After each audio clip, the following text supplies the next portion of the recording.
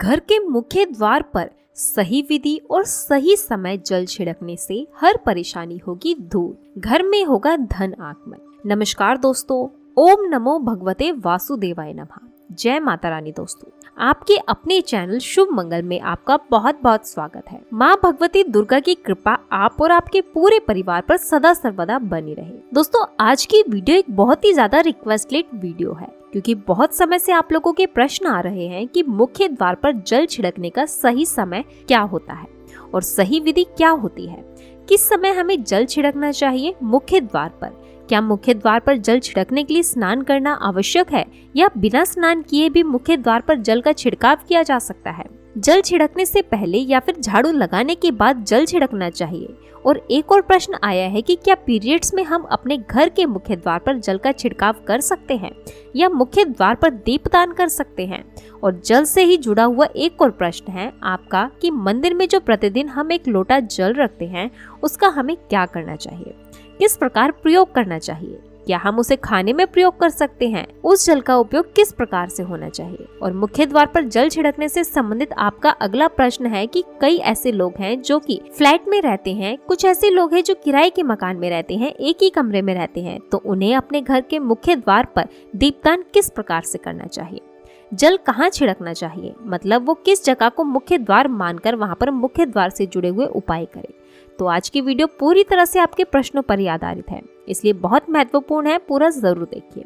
अगर आपको आज की वीडियो अच्छी लगे तो इसे लाइक जरूर कीजिएगा, क्योंकि आपके लाइक, आपके कमेंट ही मेरे लिए एकमात्र जरिया है जिनसे मुझे पता चलता है कि आपको ये वीडियो अच्छी लगती है और आपके लिए ये वीडियो उपयोगी है। तो अगर वीडियो अच्छी लगती है तो वीडियो लाइक जरूर कीजिए करें। इसके साथ ही कमेंट बॉक्स में माता रानी के नाम का जयकारा भी जरूर लगाइए, इससे आपको सकारात्मक ऊर्जा की प्राप्ति होती है। और अगर आपका कोई सुझाव हो, कोई भी प्रश्न हो या फिर कोई भी विशेष वीडियो आप देखना चाहते हैं तो उसके लिए भी कमेंट बॉक्स में जरूर लिखें।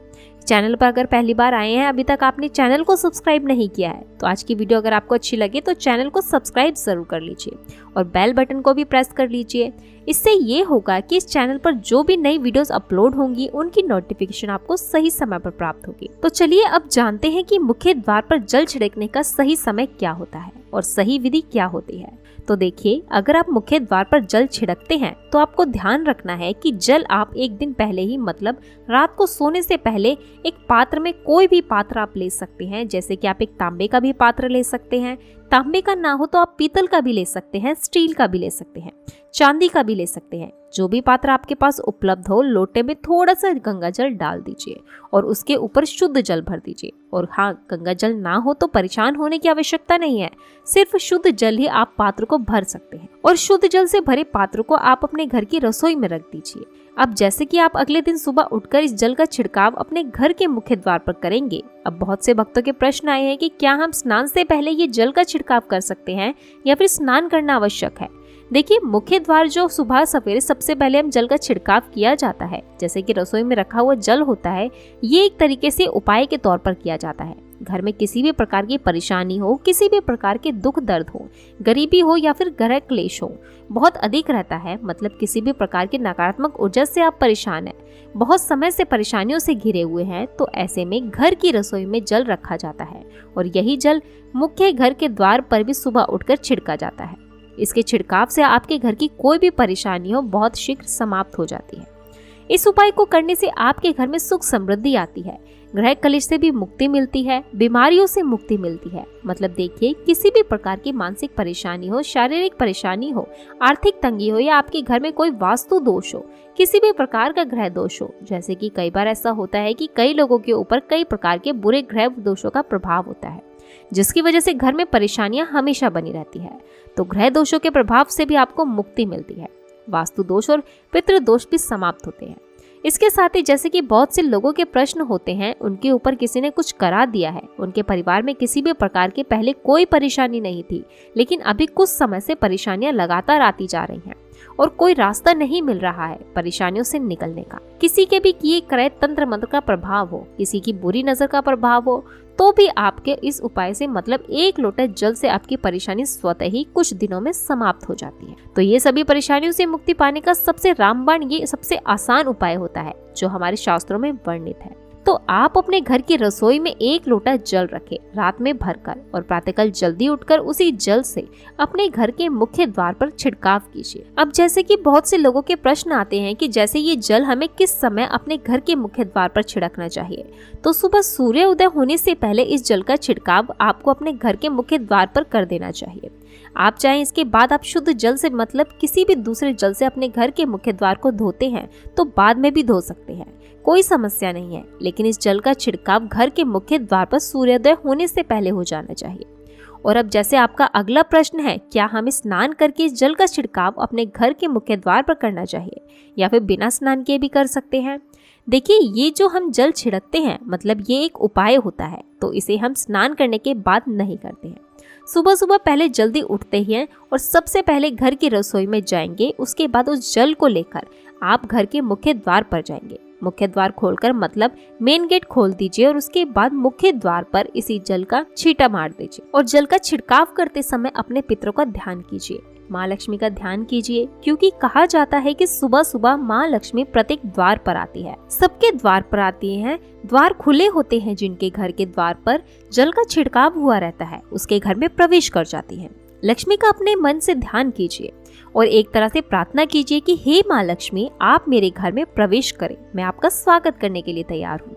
और इसके बाद अपने पितरों का ध्यान कीजिए, क्योंकि हमारे घर की जो दहलीज होती है वहीं पर पितरों का वास माना जाता है। तो जब आपके घर की दहलीज पर जल का छिड़काव हुआ होता है तो आपके पितर बहुत ही ज्यादा प्रसन्न हो जाते हैं और उनका आशीर्वाद भी आपको प्राप्त होता है। तो सुबह जो आप जल छिड़कते हैं तो इसके लिए स्नान करने की आवश्यकता नहीं है, बिना स्नान किए भी आप कर सकते हैं। और अब आपका अगला प्रश्न है कि क्या झाड़ू लगाने के बाद हमें जल का छिड़काव करना चाहिए या फिर झाड़ू लगाने से पहले जल का छिड़काव कर सकते हैं?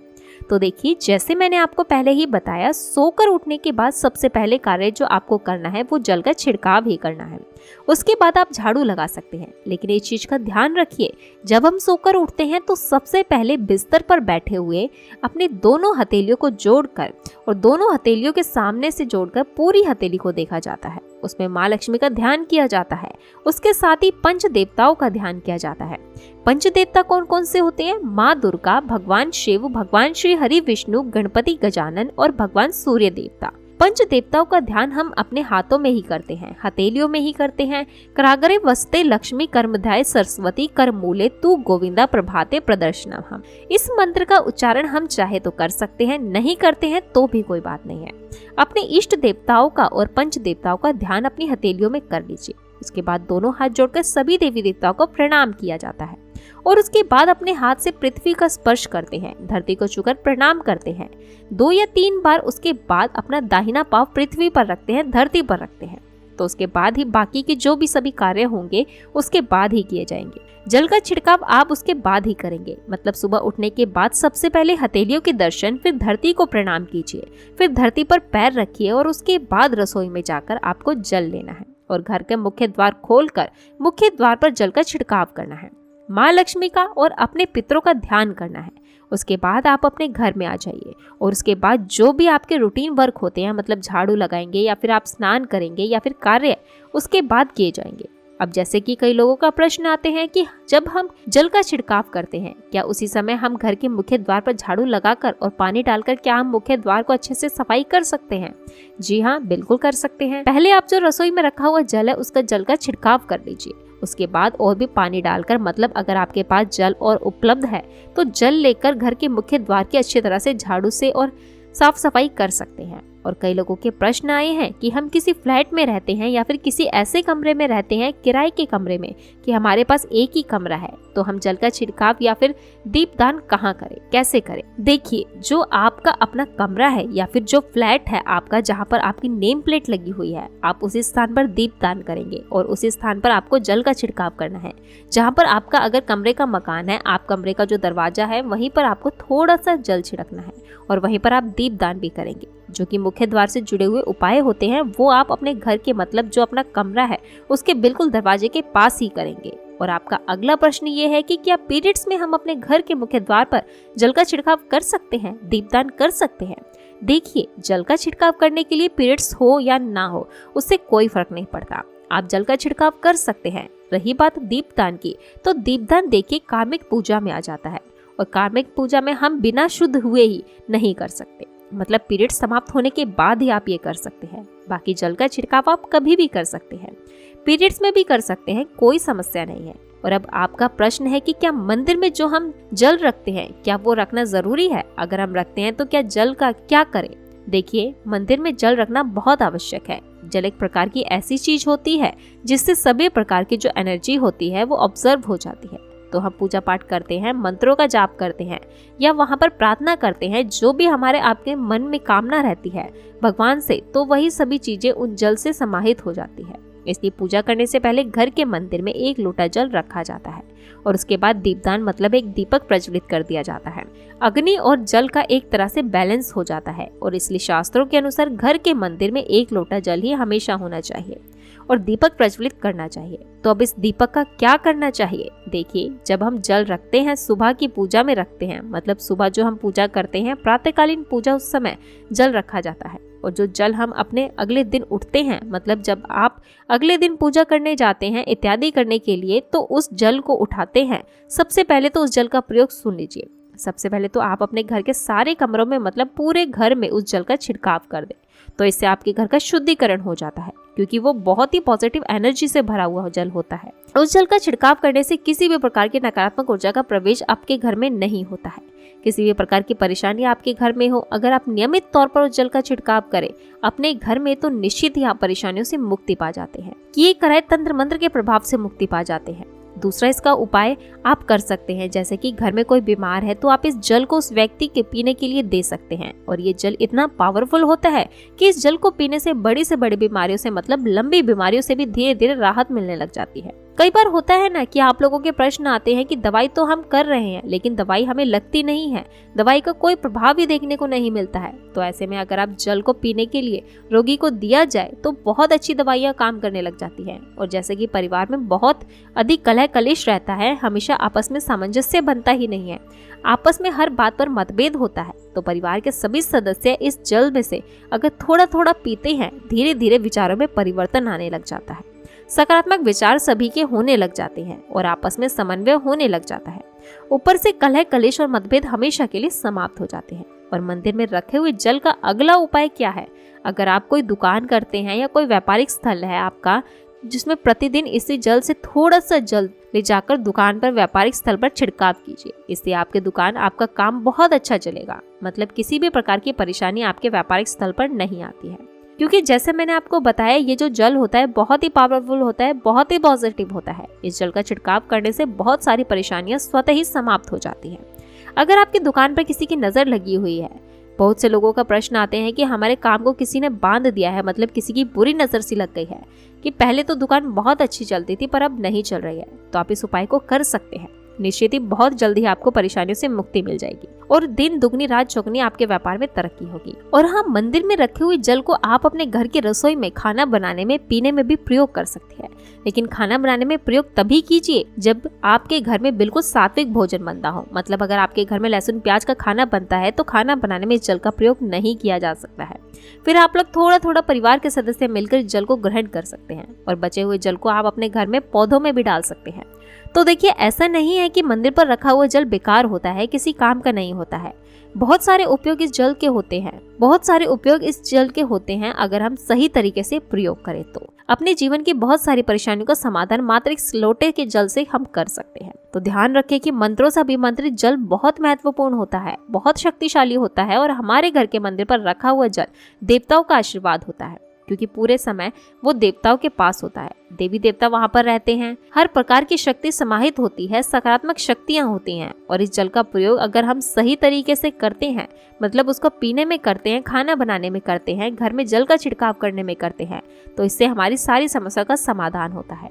और अगर कोई भी कार्य नियमित तौर पर, मतलब प्रतिदिन किया जाता है, तो उसका हमें लाभ प्राप्त होता है। कभी कभी करेंगे तो निश्चित ही आपको उतना लाभ नहीं दिखाई देगा, लेकिन अगर आप नियम बना देंगे कि हर रोज उसी जल से घर में छिड़काव करना है, घर में प्रत्येक व्यक्ति को थोड़ा थोड़ा पीने के लिए देना है, बचे हुए जल को पौधे में डाल देना है, दुकान पर छिड़काव कीजिए, अपने घर के व्यापारिक स्थल पर छिड़काव कीजिए, बच्चों की बुक शेल्फ से अपने घर की तिजोरी में हर जगह इस जल का छिड़काव कीजिए और नियमित तौर पर कीजिए। चमत्कार आपको निश्चित ही देखने को मिलेगा। इसी प्रकार से जो रसोई में रखा हुआ जल होता है उसका छिड़काव अपने घर के मुख्य द्वार पर कीजिए, तो इसका भी आपको लाभ बहुत ही शीघ्र दिखाई देगा। लेकिन इसे अपने रूटीन में शामिल करना होगा, प्रतिदिन नियम से ये कार्य करना होगा, तभी आपको लाभ देखने को मिलेगा। और हाँ, कई लोगों के प्रश्न आते हैं कि मंदिर में जो रखा हुआ जल होता है तो जब हम अगले दिन उठते हैं तो उसमें कई बार कुछ चीजें पड़ जाती हैं, जैसे कीड़े मकोड़े पड़ जाते हैं क्योंकि खुला होता है। तो क्या हम उसे ढक कर रख सकते हैं? जी हाँ, बिल्कुल ढक के रख सकते हैं। जब आप पूजा करते हैं सुबह के समय, जब तक पूजा कर रहे हैं तब तक मंत्रोच्चारण कर रहे हैं तब तक खुला रखिए, और उसके बाद जैसे ही आप पूजा पर से दूर होते हैं तो उससे पहले जल को किसी प्लेट कटोरी से ढक दीजिए। जब आप अगले दिन उस जल को उठाएंगे और साफ सुथरा जल आपको मिलेगा और उसका प्रयोग आप अपने किसी भी कार्य में कर सकते हैं। तो दोस्तों, ये है आज की वीडियो। उम्मीद करते हैं आपके सभी प्रश्नों के उत्तर वीडियो में मिल गए होंगे। इसके अलावा अगर आपका कोई और भी प्रश्न है तो कमेंट बॉक्स में लिख सकते हैं। धन्यवाद।